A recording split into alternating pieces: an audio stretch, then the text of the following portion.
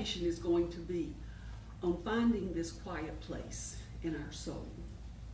So if everyone will just get comfortable in their seats with their feet flat on the floor.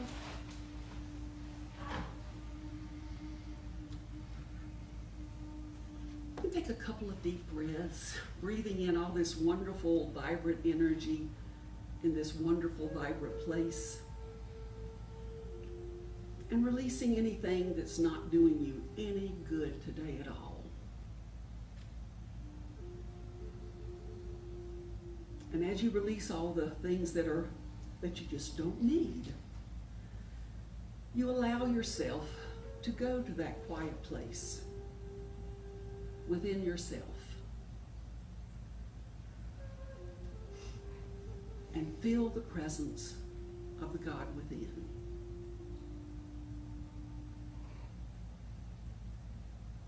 Take a deep breath.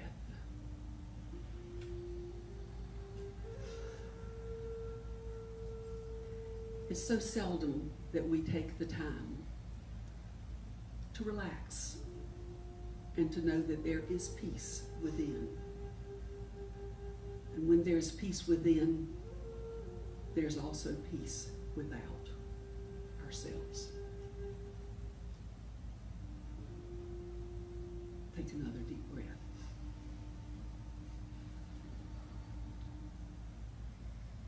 How good it feels to know that we are safe, protected, loved, guided, appreciated, understood with ourselves, because the God within us allows that.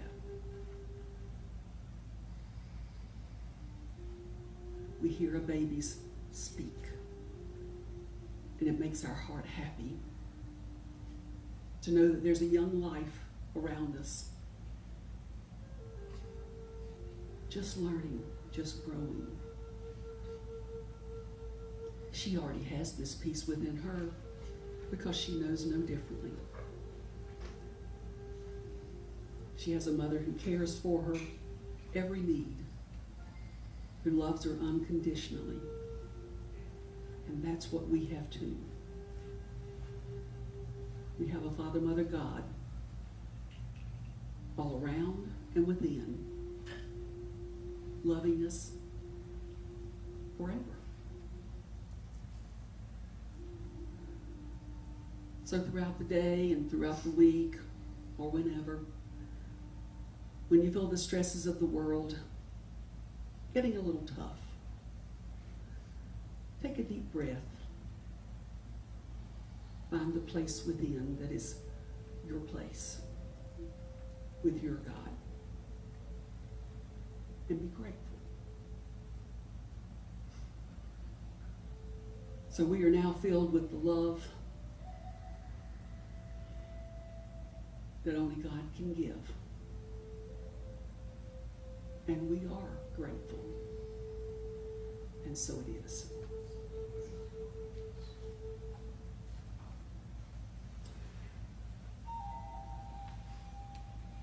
Thank you. Okay, I'm going to turn this, actually I'm going to just go sit down for a while and turn this over to David. I do want to especially greet his family. He speaks so highly of you so often, and it's just nice to put names with faces, and I understand why he loves you. This is very nice to have you here. Thank you. So David, I'm going to turn this over to you. Thank you, Connie. All my stuff and my water. My drum go. They're all over here. Oh. I do not have your notes. Turn me down a little bit, please. We are a multicultural community of people. We try to embrace all peoples and make up this human race experience from all races, all colors, all religions.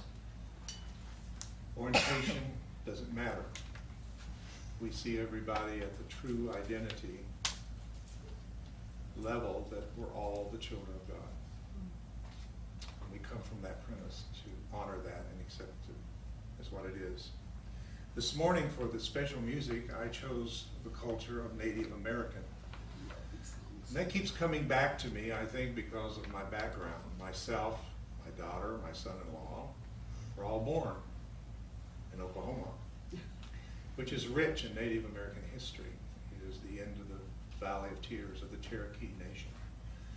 Therefore, I grew up with a lot of Native Americans that was teaching me how to take hominy corn and dye it and make bracelets and necklaces while the buffalo was roaming around at that time, and going to powwows and all kinds of things. So I feel of all the parts of our population that has been oppressed, and there are several, that Native Americans were very much oppressed, that today, when you look at all that land we took, there's nothing on it. We just took the land. We just took the land from them. So today we send our hearts and spirit to the healing of this culture and these people today that need to go through a healing process today. So we're going to do a little drumming, but I want to share something with you before we do. I'm going to take this time. Drums represent the beat of the heart, the best and the beat of the earth itself. Everybody knows that the earth has a magnetic field that pulses. It's called the Schumann resonance, and it pulses about 7.8 hertz per second. So, like Mother Earth has a heartbeat and a pulse. Now, surprisingly, they have been used for many ancient cultures in their healing ceremonies. Drums are seen as a means of grounding the body's energy. Who doesn't need grounding in these days of what's going on? And you have to take the responsibility to ground yourself. You can't look to governments to ground you. You can't look for religions to ground you. You can't look for education to ground you. You can't look for science to ground you. You've got to take responsibility to do what grounds you into this great time of so much change and transformation. Even today, the drum is used in synchronization to entrain our breath and heartbeat. Research conducted in the 1970s found that the beating of a drum releases endorphins within us and aids in the harmonizing of neural activity of the brain.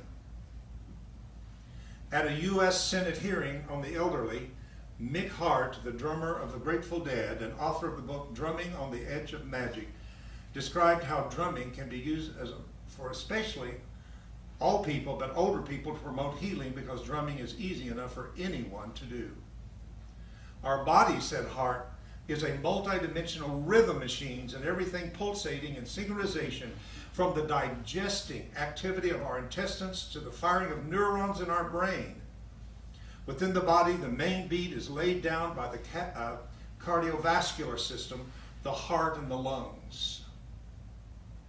As we age, however, the rhythms can fall out of sync. Can I get an amen to that? And then suddenly there is no more important or crucial issue than regarding finding the lost rhythm and returning it back.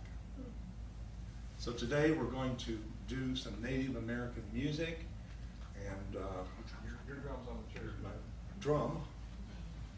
There's others up front if you want anybody. Yeah, anybody want to drum, you can join There's with some us. up- Drumming? Where's the drums? They're on the table in front of Greg, so go get one of them. Oh. There's about 3 or 4 of them there, maybe.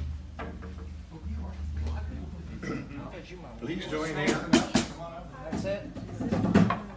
That's not, this is, that's a drum. You already got one. I got one. I just know Grant's got one. Who's in a drum thing in 5th grade. All right. All right, let's go.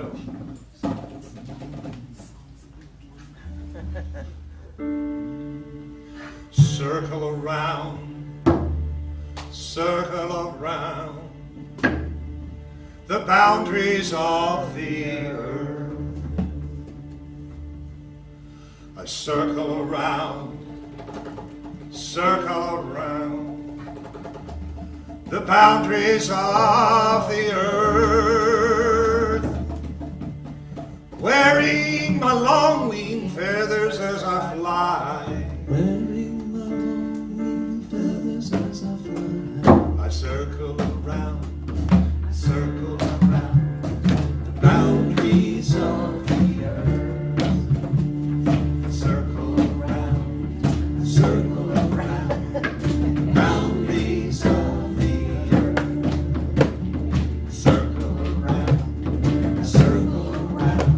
the boundaries of the earth. Wearing my long wing feathers as I fly. Wearing my long wing feathers as I fly. Circle around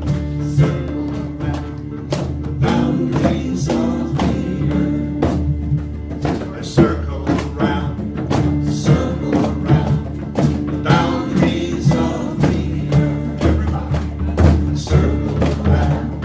circle around the boundaries of the earth. Wearing my long wing feathers as I fly. Wearing my long wing feathers as I fly. Circle around the boundaries of the earth.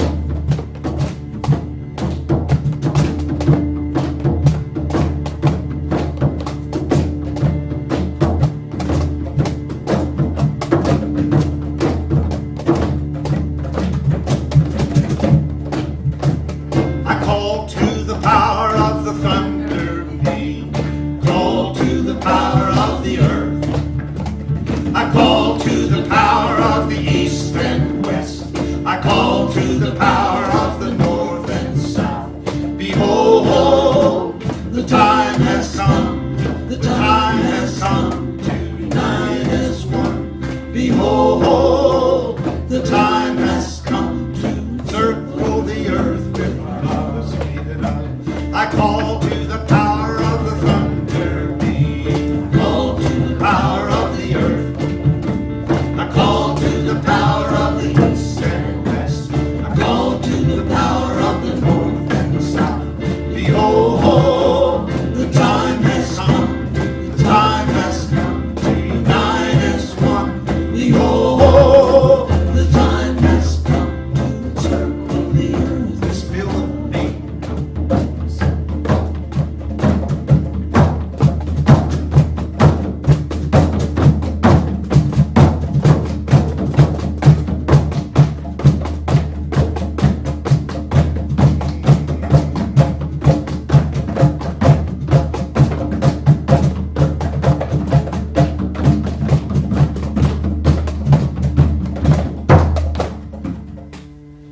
Oh, that's good.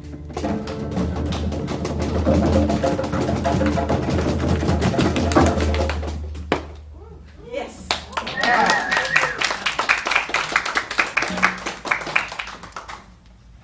And we'll end a little bit with an African American song. So we're going to try to hit the whole gamut here, everything that is here. Oh, wow. That took the breath out of me. Well, I've changed my message twice this week. So kind of don't even try. Just go with spirit. What you did was beautiful and appropriate. Thank you so much for teaching us that and reminding us that within us is the still place. It's called the still point. It is the point of isness. The place that just is, always will be. It is the stillness that we call God within ourselves. Today I want to speak out of actually one of my books. I tend to speak out of everybody else's books, and I thought, why don't I speak out of my own books? So this book is called God on Assignment Is You, and to you that have bought the CD, the voice on it is my son-in-law, who is a radio celebrity in Nashville, Tennessee. All right. He has a great voice, and we hired him to do my books and put them on audio. So we appreciate that. So we have them here. This is a message that I questioned why this morning. I wasn't sure that it was the appropriate time to do it, but I'm just following my spirit and my heart for some reason. It needs to get out there. And not just to you that are sitting here, but the essence of the word needs to go out into the collective unconsciousness. I think one of the things that we're all seeking to understand is kind of why me? Why does this happen to me? Why do I go through the things that I go through in my outer mundane life? The health issues, the mental and emotional issues, the constant need to replenish and restore ourselves is a full-time job. You know, bathing this body, brushing your teeth, taking care of things. It takes a lot of your time if you stop and think about what it takes to keep things going and surviving. The book is called God on Assignment, and it starts out this way, and I say it with you. It is no accident that you have come here this morning to hear this message. We teach here to always contemplate words that are new to you without judgment of right or wrong, good or bad. Hold them in that natural part of your mind and wait for your inner intelligence to confirm it if it is truth for you. If it is not truth for you, it doesn't mean it's not going to be 6 weeks or 6 months down the road. I always tell groups of people, even though I've ministered for over 50-some years, that probably 90% of what I teach today I once would not have believed and fought from my fundamentalist background. So it doesn't mean because it's not right for you at this moment, it's not going to be right for you at another time. But the minute you judge it right or wrong, good or bad, you're holding it in a particular perception. So if you keep it open, then it comes to you at the time that you need it the most. So I hope today will be that time for many of you that are gathered here today. You've been drawn here because at some time, in my way of seeing things anyway, you volunteered to come to this earth plane. You made a choice.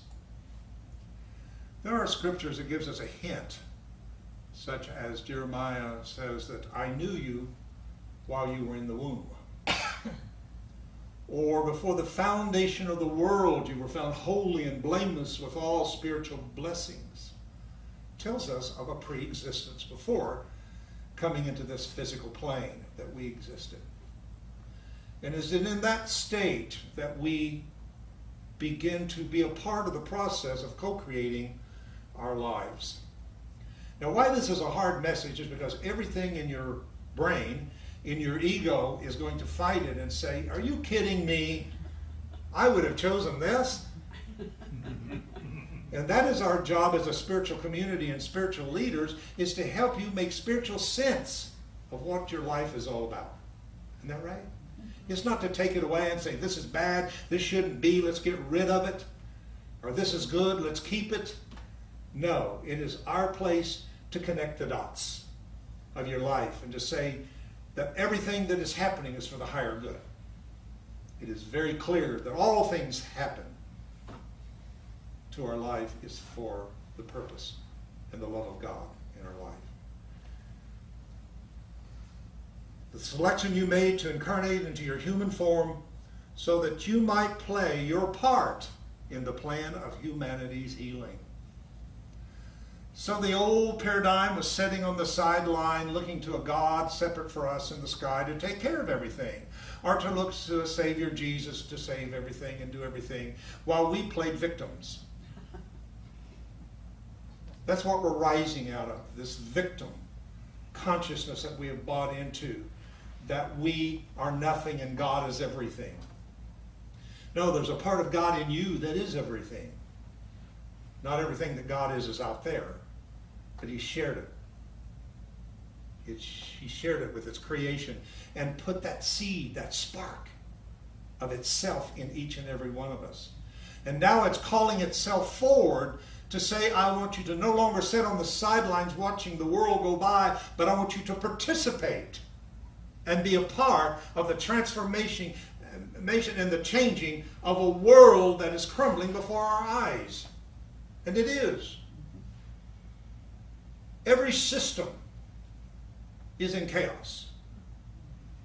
Every system is unstable as we begin the beginning of the transformation process, that crises precedes transformation.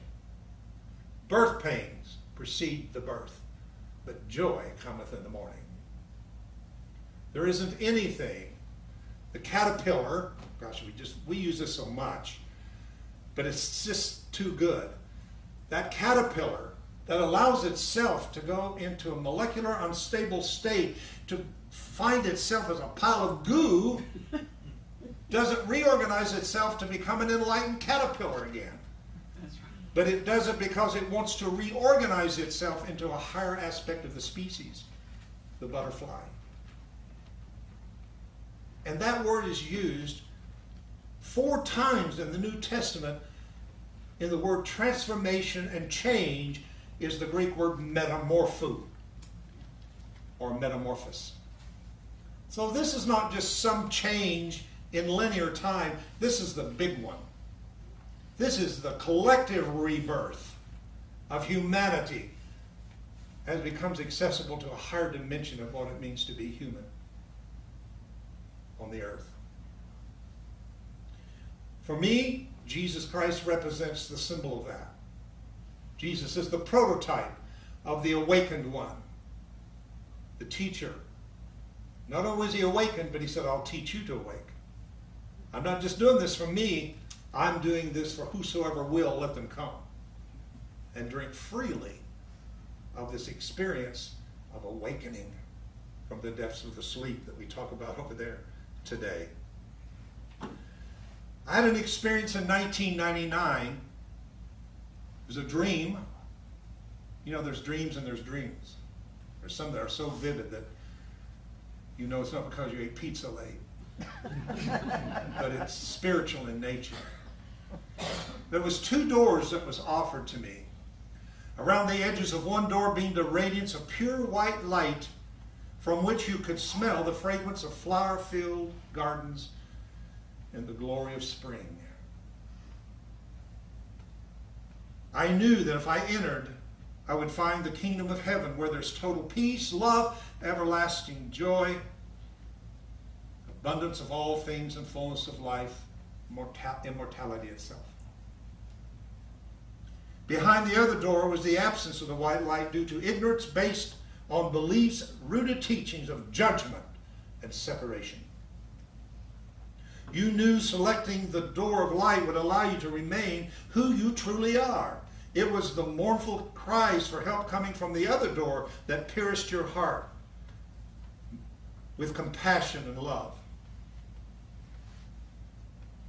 And I was drawn not to the door with the light, not to the door that would have brought me to total peace. No, that's where my brain wanted to go, but my heart kicked in. And I was drawn into that place where humanity had landed itself in the place of illusion and suffering. Psalm 7:15 says, they, human beings, make a pit, digging it out, and fall into the hole they have made. Isn't that a good scripture? We dig our own hole and fall into it. We want to blame everybody else for digging these holes, but actually we ourselves must take responsibility. By choosing an incarnation, and because you said, God send me, I will go, you have come to earth with an assignment. We call that the purpose of the soul. Why does the soul incarnate?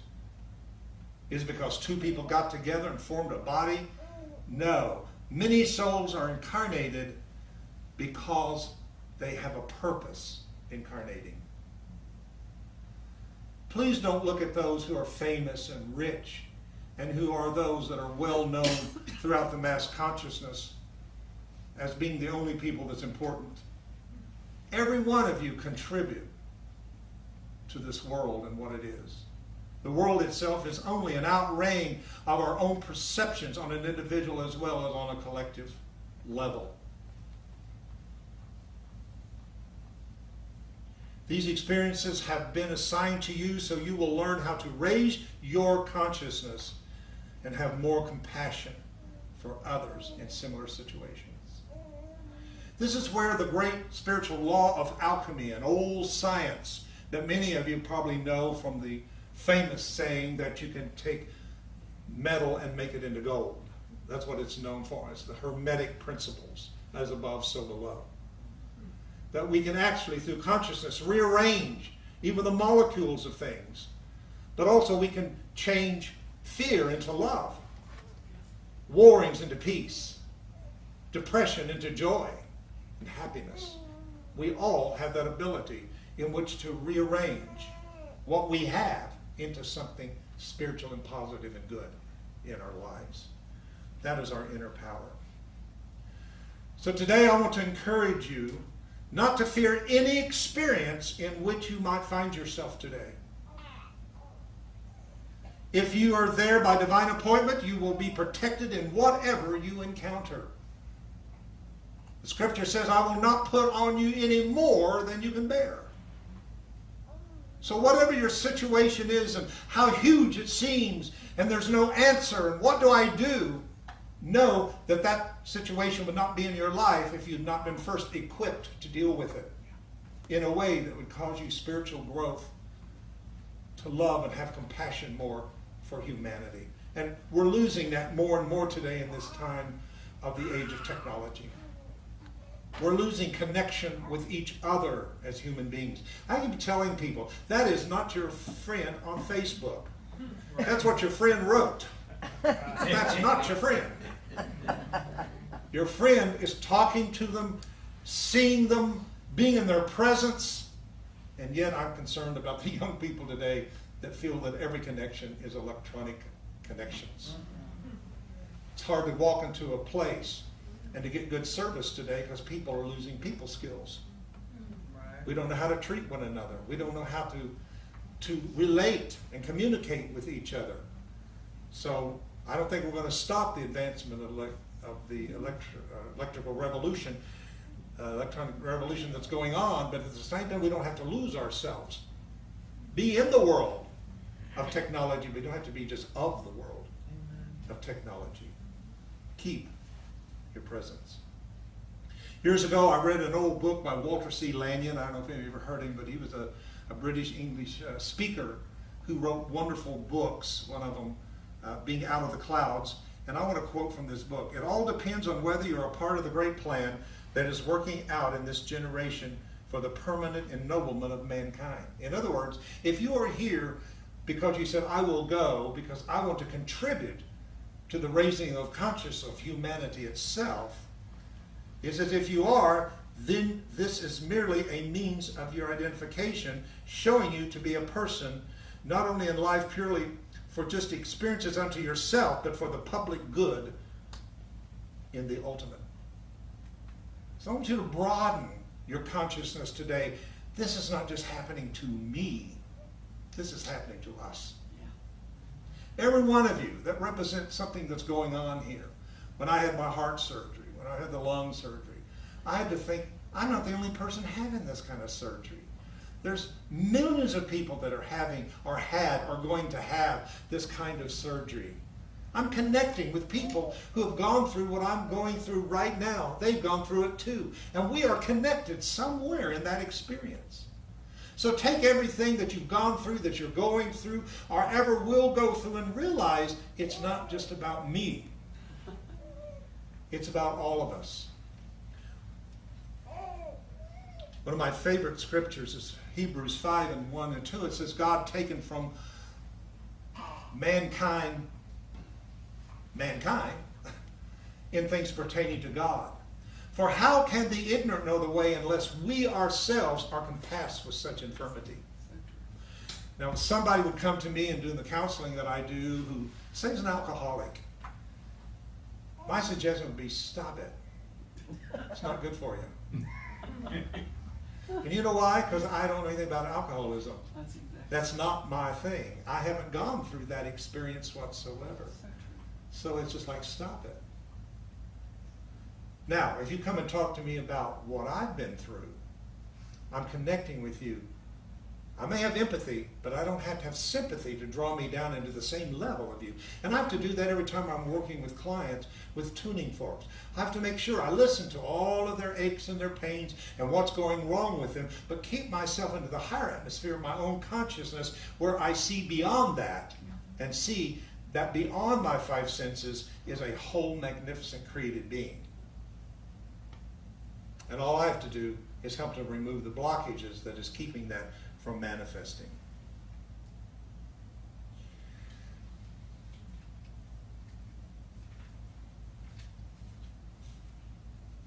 Only 4 times in the Bible is the word religion used.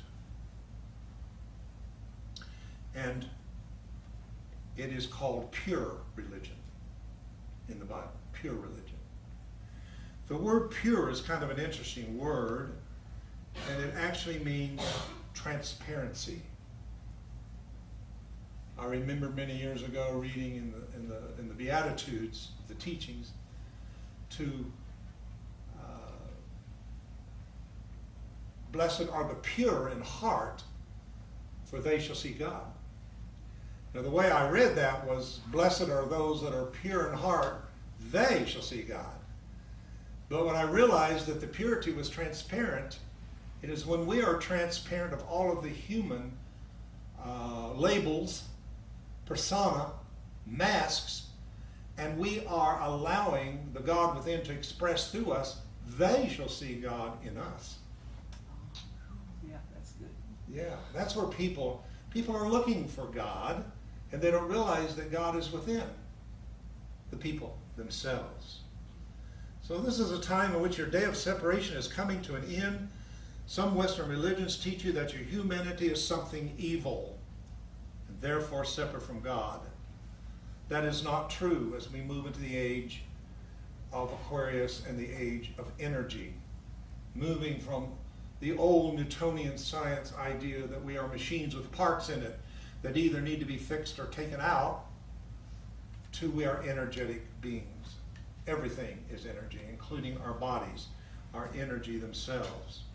And by doing this, we realize that actually there is no separation between the body, the mind, or the spirit, for everything is energy vibrating at a different frequency. So blessed are the pure in heart means those that are transparent. What does transparent mean? Real, often authentic. Are you authentic? Do you speak your truth? You don't have to try to act, you don't even have to try to act spiritual. There's people that bother me who can put on a persona of being positive. Even when they're not positive, they can act positive. Just because people act a certain way doesn't mean that's what's going on with them. And that's why we need discernment sometimes with people. Sometimes it's the people that are saying the less that are the people that we need to connect with. I've had that experience many times. You can't judge a book by its cover, so to speak. You need to really feel the heart of people in that way. Isaiah 45:14 is a favorite prophetic scripture for me, and it says, they shall come after thee in chains, and they shall come over, and they shall fall down unto thee, and they shall make supplication unto thee. Surely God is in thee. There is none else. There is no God. In other words, God is not just separate and out there. God is in its creation. Verily, thou art a God that hidest thyself. Where else would you hide yourself? You didn't want to be found, but in human beings. I'm telling you. Oh, that's good. For those that want to find God, we have to get through all of this human issues that we are going through. This means we will find God where God is within our own experiences, within our own lives. God warned me the most difficult label for people to drop will be Christianity. That is because it is a man-made label. There is not an ounce of spiritual application in the term Christian. None whatsoever. The term Christian was first used by the enlightened people to first labeled the followers of Christ as Christians. They didn't call themselves Christians. They were inspired by the Spirit to call themselves that. In other words, it was a label that was put upon them by the unbeliever.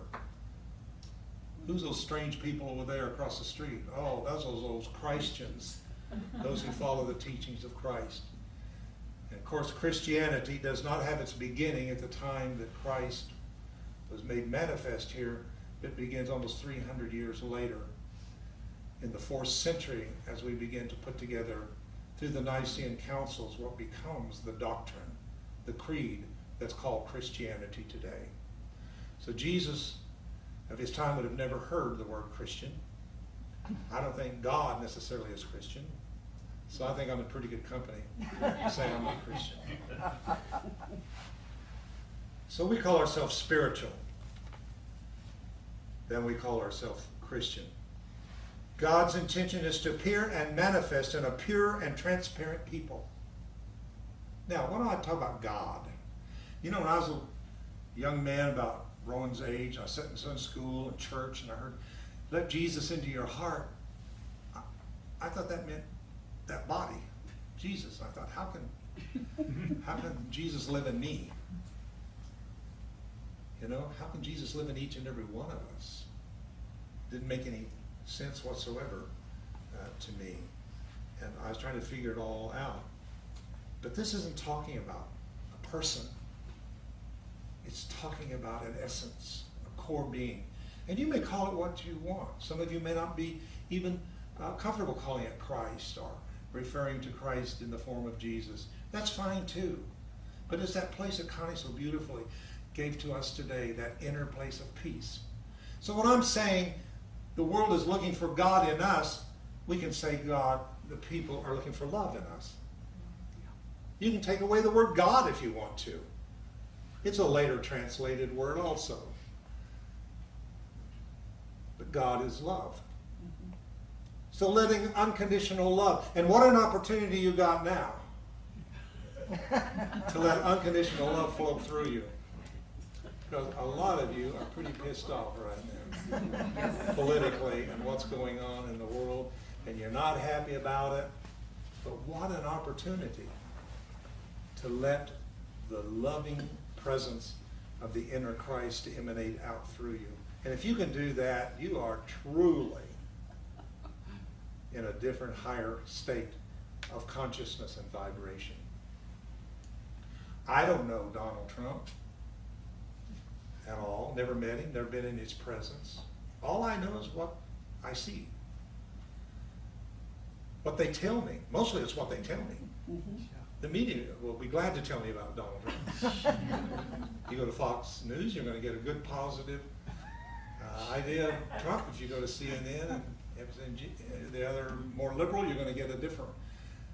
Now, either I'm going to buy into what they're telling me or not. And maybe I can make a different choice. When I'm in consciousness, and I'm not always in consciousness, we live in our reactive brain where we just react. I don't like this. I don't like that. That doesn't fit my belief. That's not my political persuasion. That's how we form perception, is based upon what we already think things are and should be. That's right. And that's what divides us. And that's why they conquer us, because they divide us. If we would unite ourselves into that which we call it. How many churches are meeting across the United States and in Charlotte itself today who will preach the love of God, but have no idea what it means to manifest that love unconditionally? Unconditional is unconditional. Doesn't mean there's a conditional to it. And I don't know that the people that make you the most upset or angry are not the most people that need your love. It's easy to love people who look like you, dress like you, think like you. That's easy. But then we have the boundaries that we set. So there's different ways for us to view what's going on and how we're going to participate in it. Now, I don't know from just my human self if I could do that, because I have my opinions, I have my thoughts, I have my perceptions of how things should be and are not. But at the same time, if I can do this whole Buddhist idea of detaching emotionally from it, detaching my perception from it, and allowing the essence of the authenticity of who I've been created to be to flow through me and as me, we can't keep feeding. The whole thing that is going on in this world is the law of action and reaction. Yes.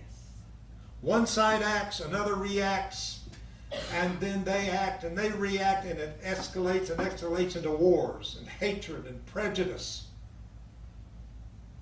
To we that are here in this room even, who represent the sub-aspects of culture, that means we are not just mainstream. And you say, well, you're a white male. Yeah, but being a gay white male put me in a certain category that was not well accepted by my religion and by the way I was raised. So I know what it is to sit and listen and to hear about yourself as something lesser, something who's bad, something that is evil, something that is an abomination, something that's going to send me to eternity, to some hell. I know what it's like to do that too. So what do? I want to get back at all the heterosexual straight world that put me in that position. Or it is Spirit saying to me, what an opportunity to forgive and stop the action and reaction. Somebody's got to step in and stop the game that we're playing as human beings because we're destroying ourselves. We're seeing an uprising of racial tension in this country that is building to, I don't know where it's going to go. But I say to the African American community, and this is not easy, but it is your place, if you will, to forgive and stop the reaction between the races, because it will escalate into another racial war that we're on the edge of. I say to you women that have been put down as lesser than men and told to be silent in the church and to be seen and not heard, that you're not smart enough for mathematics and all of that, instead of saying, I'm going to get back to this patriarchal male society, say, I forgive it and let it go, and let's move forward and create a new world in which it does not exist. That's right. We must realize that this is what is the coming of Christ. This is what is the coming of the divine into the world we hold in our possession and know it. That's the difference in New Thought and the metaphysical community. They know what's in them, whereas the other churches are still praying to something out there to do it and rescue them. We've got to get out of the melodrama of the villain and the hero and the, who's the other one? Victim. The victim, yeah, the victim. Save yourselves. Reach into that deep place that meditation takes you. And learn from that place you can love that which has found itself in the boundaries of conditional love. That love can move beyond those boundaries and love. So I'm asking and challenging all of us this morning. Next time you happen to turn the news on and certain people are speaking and you're going, oh my God, I can't believe they said that. Just stop for that moment and say, let the divine Christ in me, the hope of glory. Christ in you is the hope of glory. Not the one out of you, the one in you is the hope of glory. And say that within me, let it expand itself and extend itself into this moment. And if enough of us do that, we're going to see people change in spite of themselves. So right. Don't hold people. Don't hold people. I'm quitting. I've got 3 minutes here. Don't hold people to where they are. That's called remitting sin. In other words, you're holding on to people's erroneous thinking by feeding it with perception. Have a shift in perception.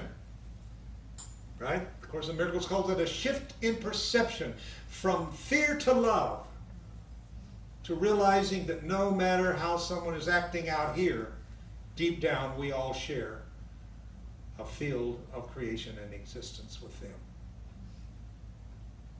God help me in this hour to love beyond the boundaries of my conditional love. Move through me and as me and through me out into the world today.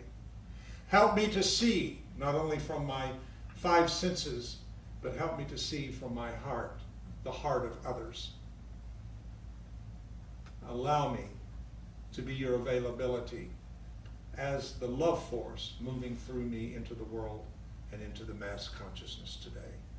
We ask this in the name of the living Christ, and so it And is. so it is. So, we always start out with a joke. I'm going to end with a joke. Okay. Today, in the week before Labor Day, this is the only Labor Day you're going to hear from my message. Eli, a dirt poor country farmer, won the lottery. $500,000. So to celebrate, he treated his wife and his son to a trip to see the Labor Day parade in New York City.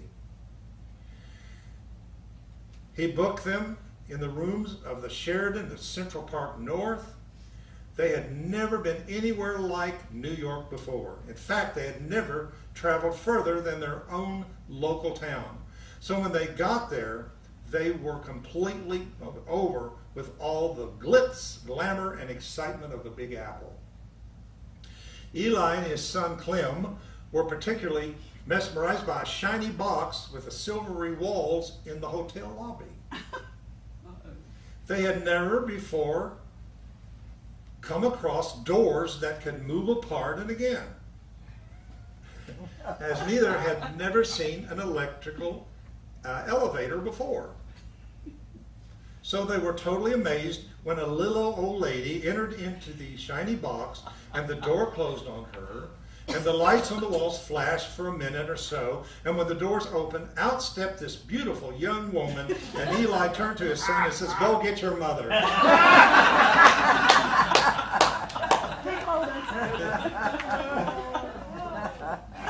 So, a heavy message this morning ends on a light message. All right. Thank you so much for your attendance and your attention today.